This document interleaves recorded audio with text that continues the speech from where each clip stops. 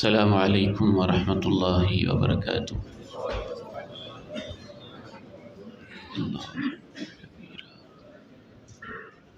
الحمد للہ رب العالمین، والصلاة والسلام علی اشرف الانبیاء وخاتم المرسلین، اشہد ان لا الہ الا اللہ وحدہ لا شریک لہ، واشہد ان محمدا عبدہ ورسولہ صلی اللہ علیہ وعلی آلہ وصحبہ وسلم۔ اللہم صل علی محمد وعلی آل محمد کما صلیت علی ابراہیم وعلی آل ابراہیم انک حمید مجید۔ اللہم بارک علی محمد وعلی آل محمد کما بارکت علی ابراہیم وعلی آل ابراہیم انک حمید مجید۔ رب اشرح لی صدری ویسر لی امری واحلل عقدۃ من لسانی یفقہوا قولی۔ اللہم آت نفسی تقواها وزکها فأنت خیر من زکاها انت ولیها ومولاها۔ اما بعد، فاعوذ باللہ السمیع العلیم من الشیطان الرجیم، من ہمزہ ونفخہ ونفثہ۔ بسم اللہ الرحمن الرحیم۔ فأما من ثقلت موازینہ فهو في عیشة راضیہ، وأما من خفت موازینہ فأمہ ہاویہ، وما أدراک ما هی نار حامیہ۔ وقال عز من قائل سبحانه وتعالى: ونضع الموازين القسط ليوم القيامة فلا تظلم نفس شيئا وإن كان مثقال حبة من خردل أتينا بها وكفى بنا حاسبين۔ وقال عز من قائل سبحانه وتعالى: والوزن يومئذ الحق۔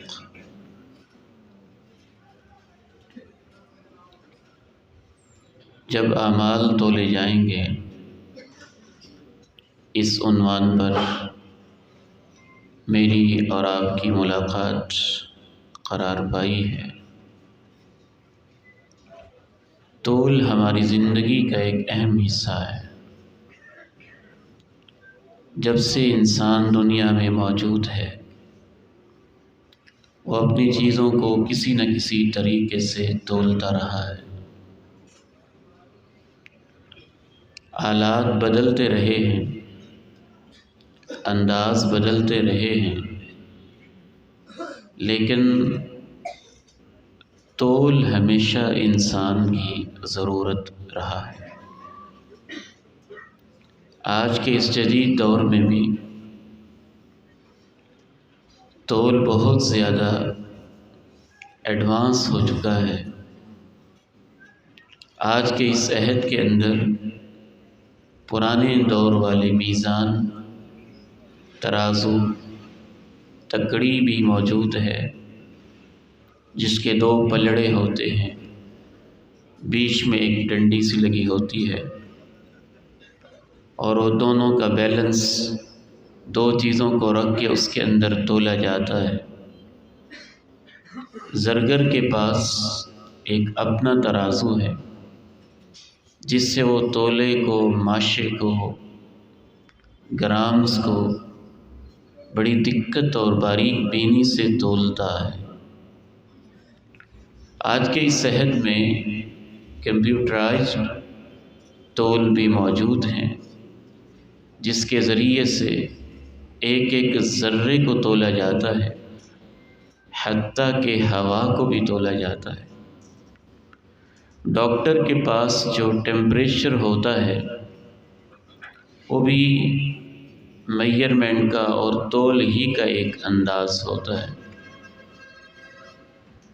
بڑی بڑی مشینوں کو، زیادہ وزنی چیزوں کو تولنے کے لیے منوں اور ٹنوں کے حساب سے ہم نے مختلف قسم کے کانٹے لگائے ہوئے ہیں۔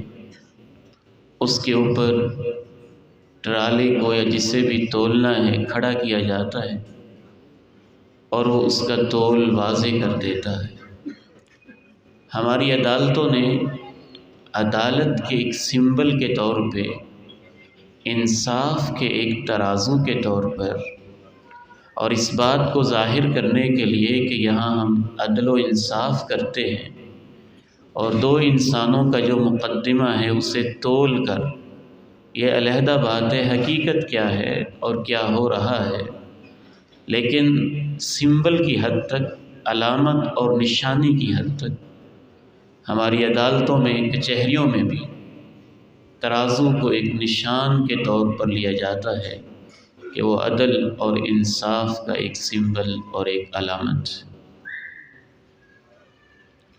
آج جس تول پہ ہم گفتگو کرنا چاہتے ہیں، اس میں نہ سونا اور چاندی تولا جائے گا، نہ ہی اس کے اندر مختلف قسم کی اشیاء تولی جائیں گی۔ یہ وہ تول ہے جس میں مجھے اور آپ کو تولا جائے گا، اور تولنے والا، اس کی نگرانی کرنے والا خود رب جلیل ہوگا۔ جس فرشتے کی وہ ذمہ داری لگائے گا، وہ وہی فرشتہ اس ذمہ داری کو نبھا رہا ہوگا۔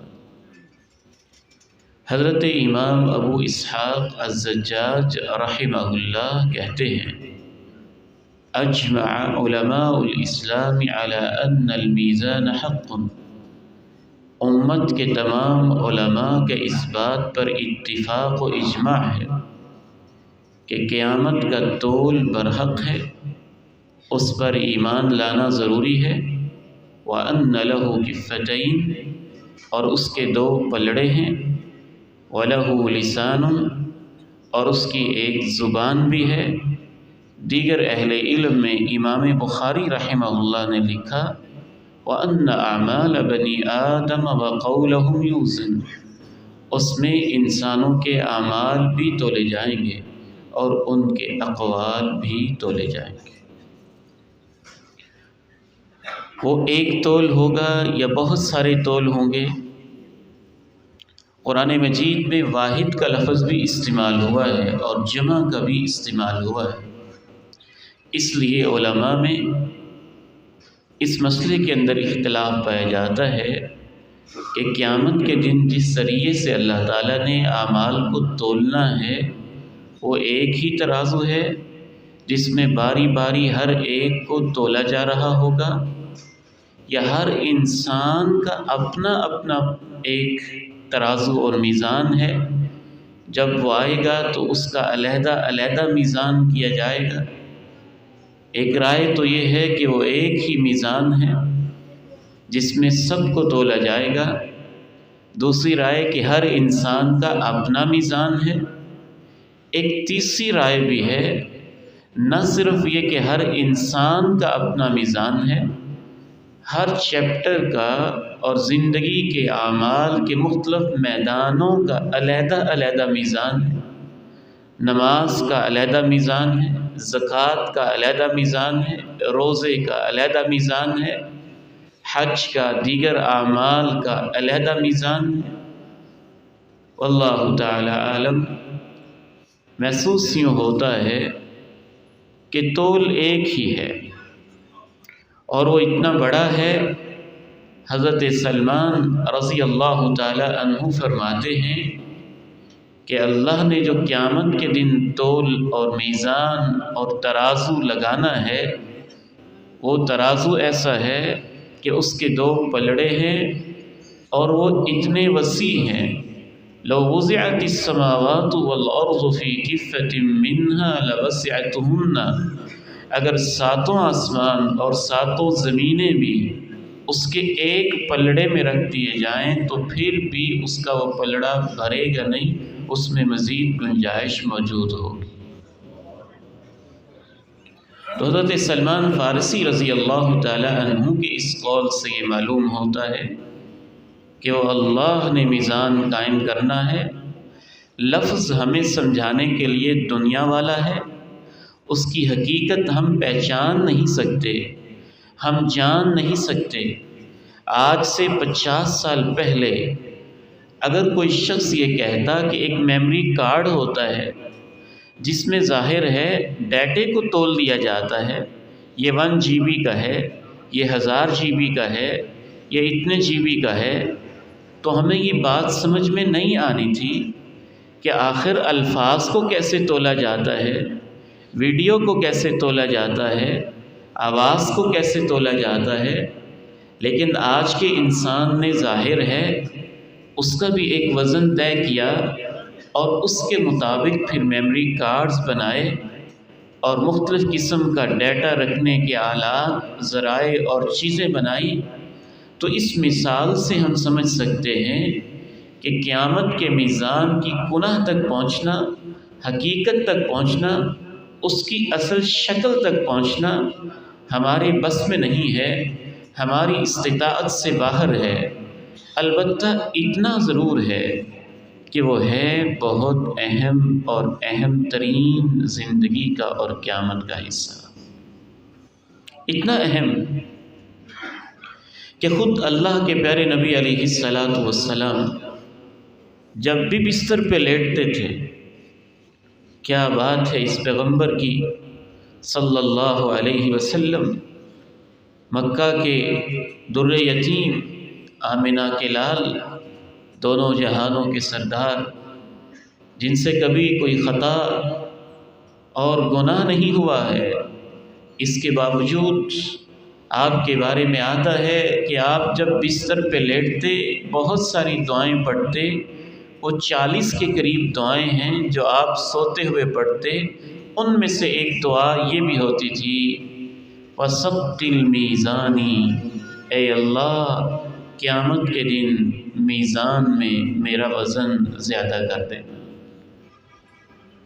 حالانکہ آپ کو بتا بھی دیا گیا تھا کہ پوری کائنات ایک طرف ہو تو امام کائنات علیہ السلام کا وزن سب سے زیادہ ہے، پھر بھی آپ دعا کرتے روزانہ ہی بستر پہ لیٹ کر، وَثَقِّلْ مِيزَانِي۔ کبھی کبھی میرا احساس یوں کہتا ہے جیسے آپ دن بھر کا احتساب کر رہے ہوتے، اے اللہ سپیدہ سحر سے لے کے غروب آفتاب تک، غروب آفتاب سے لے کے رات کے اس لمحے تک میں تیرا پیغمبر جو گھنٹے گزار چکا ہوں، جو دن گزار چکا ہوں، اے میرے مولا اس میں تجھ سے آج لیٹتے ہوئے بستر پہ یہ درخواست کرتا ہوں کہ اللہ میرے آج کے اعمال میں میری نیکیوں کا وزن زیادہ کر دیجیے۔ قیامت کے دن 3 موقع بڑے اہم ہوں گے جہاں کوئی کسی کو یاد نہیں کرے گا۔ ایک موقع پل صراط کا ہوگا جہاں کوئی کسی کو یاد نہیں کرے گا۔ ایک موقع نامہ اعمال کے نتائج، رزلٹ اور ہاتھوں میں دائیں یا بائیں ہاتھ میں ملنے کا ہوگا، اور تیسرا موقع میزان کا ہوگا جب اعمال کا اور انسانوں کا وزن کیا جا رہا ہوگا۔ جناب انس رضی اللہ تعالی عنہ نے رسول اللہ صلی اللہ علیہ وسلم سے پوچھا کہ قیامت کے دن آپ میری شفاعت کریں گے تو میں آپ کو کہاں تلاش کروں؟ آپ نے ارشاد فرمایا، اے انس پوری زندگی خدمت کی ہے نا؟ کہا انس تو مجھے تلاش کرنا 3 مواقع پہ، پل صراط پہ، میزان پہ، جب اعمال انسان تولے جا رہے ہوں گے اور جب نامہ اعمال تقسیم کیے جا رہے ہوں گے، ان مواقع پہ تو مجھے تلاش کرنا۔ امام مناوی رحمہ اللہ اس حدیث کی شرح میں لکھتے ہیں کہ ان مواقع پہ تلاش کرنے کا مطلب یہ ہے کہ انسان کو سب سے زیادہ گھبراہٹ ان 3 موقعوں پہ ہوگی۔ تو آپ نے اپنے خادم سے کہا ان 3 موقعوں پہ تو مجھے تلاش کر۔ یہ میزان اتنا اہم ہے کہ اس کی بنیاد پر پوری زندگی کے نتائج مرتب ہوں گے۔ میری اور آپ کی بدقسمتی یہ ہے کہ ہم ان موضوعات کو بھولے ہوئے ہیں، فراموش کیے ہوئے۔ مجھے یاد پڑتا ہے کہ اللہ تعالیٰ نے ایک دفعہ بیت اللہ کی زیارت کا موقع دیا، تو میں نے وہاں شوق میں کتابیں خرید لی کافی ساری، اور اس میں نے مسند احمد بھی خریدی۔ تو مسند احمد حدیث کی کتاب ہے اور اس کے 52 والیومز 52 جلدیں ہیں جو میں نے ادارے کے لیے خریدی۔ تو میں نے خرید تو لی، اور جب ہم ایئرپورٹ پہ پہنچے تو انہوں نے ہمارا وزن شروع کر دیا۔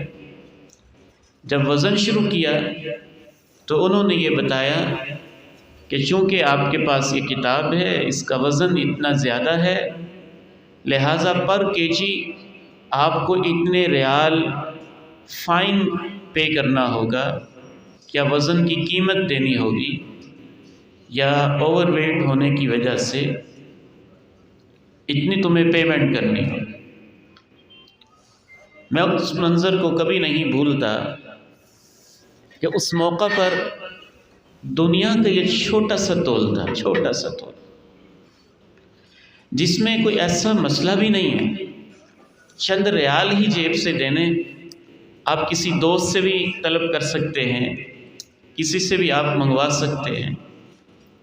لیکن میں نے دیکھا کہ وہاں ایئرپورٹ پہ کھڑا ہوا ہر شخص فکر مند تھا، اور اپنا اپنا بیگ کھول کر باقاعدہ پرائیویٹ وزن کروا رہا تھا کہ کہیں میرا 5 kg 1 kg بھی وزن زیادہ نہ ہو، اور مجھے یہاں کوئی فائن نہ دینا پڑے، مجھے یہاں کوئی جرمانہ نہ پے کرنا پڑے، مجھے یہاں کسی قسم کی پریشانی کا سامنا نہ ہو۔ یہ وہ ایک اندازہ ہے جس سے آپ محسوس کر سکتے ہیں کہ جب دنیا میں 1 ریال یا 2 ریال کے جرمانے سے بچنے کے لیے انسان دوسرے ملک میں اپنے سامان کے وزن کے بارے میں اتنا پریشان ہے کہ جس کے بعد کوئی بڑی آفت نہیں آنے والی، کوئی پریشانی زیادہ بڑی نہیں آنے والی، اس کا حل بھی کیا جا سکتا ہے، تو اس وقت ماجرا کیسا ہوگا جب پوری کائنات کے سامنے اللہ کی عدالت میں مجھے اور آپ کو تولا جا رہا، اور یہ بھی پتہ ہوگا کہ اس کے بعد فائنل ڈیسیژن ہے، فائنل پوری زندگی کا رزلٹ ہے، یا جنت یا جہنم۔ میں نے اس پہ بڑا غور کیا۔ بیٹے یہ موبائل بند کر دیں، میرے پیارے بھائی بند کر دیں موبائل۔ میں نے اس پہ بڑا غور کیا کہ آخر میزان کے لیے کبھی واحد اور کبھی جمع کا لفظ کیوں استعمال ہوا؟ میزان تو ایک ہی ہے، واللہ تعالی عالم۔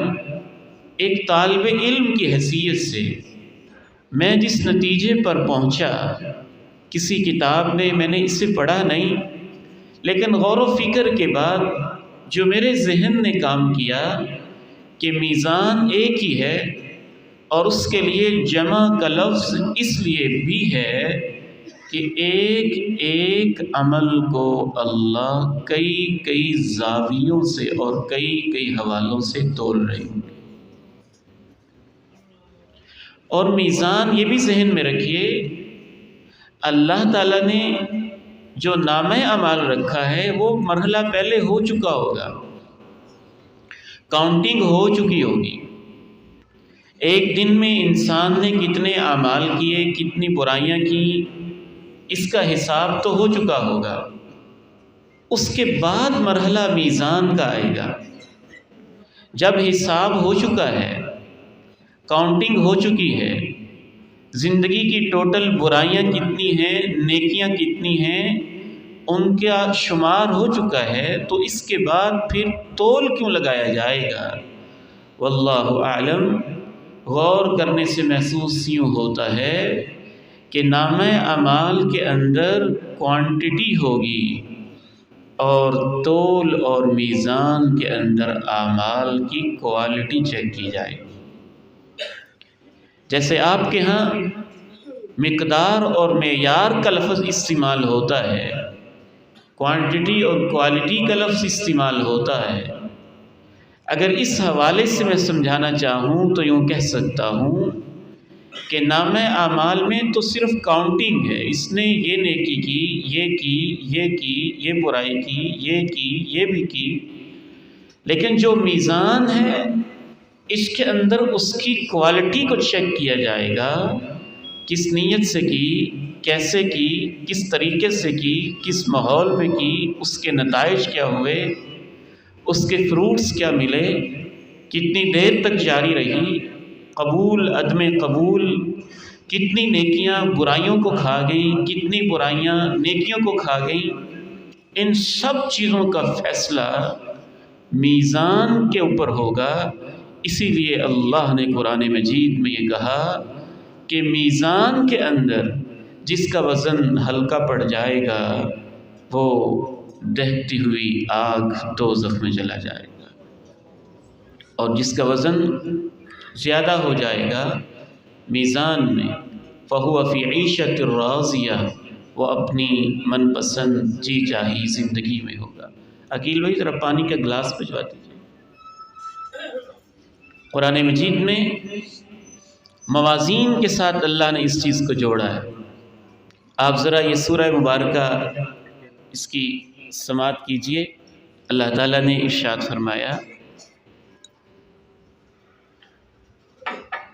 اعوذ باللہ من الشیطان الرجیم، بسم اللہ الرحمن الرحیم، القارعة ما القارعة وما أدراك ما القارعة يوم يكون الناس كالفراش المبثوث وتكون الجبال كالعهن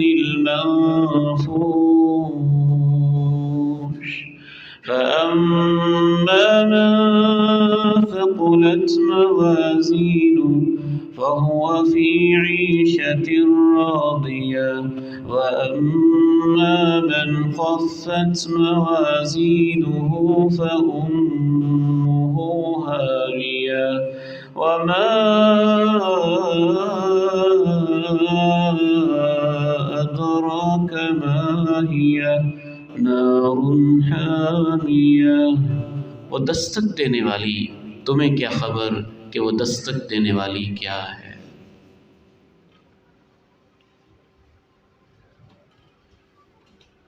دستک کا لفظ بھی کیا عجیب ہے۔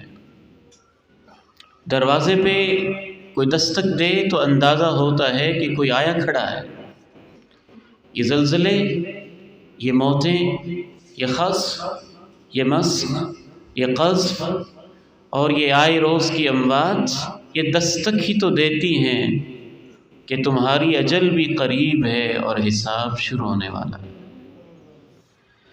القارعة ما القارعة وما أدراك ما القارعة يوم يكون الناس كالفراش المبثوث وتكون الجبال كالعهن المنفوش۔ یہ دستک دینے والی وہ حقیقت ہے کہ دستک دیتے دیتے جب یہ فائنل آ جائے گی، اس دن انسان یوں ہوں گے جیسے پتنگے ہوتے ہیں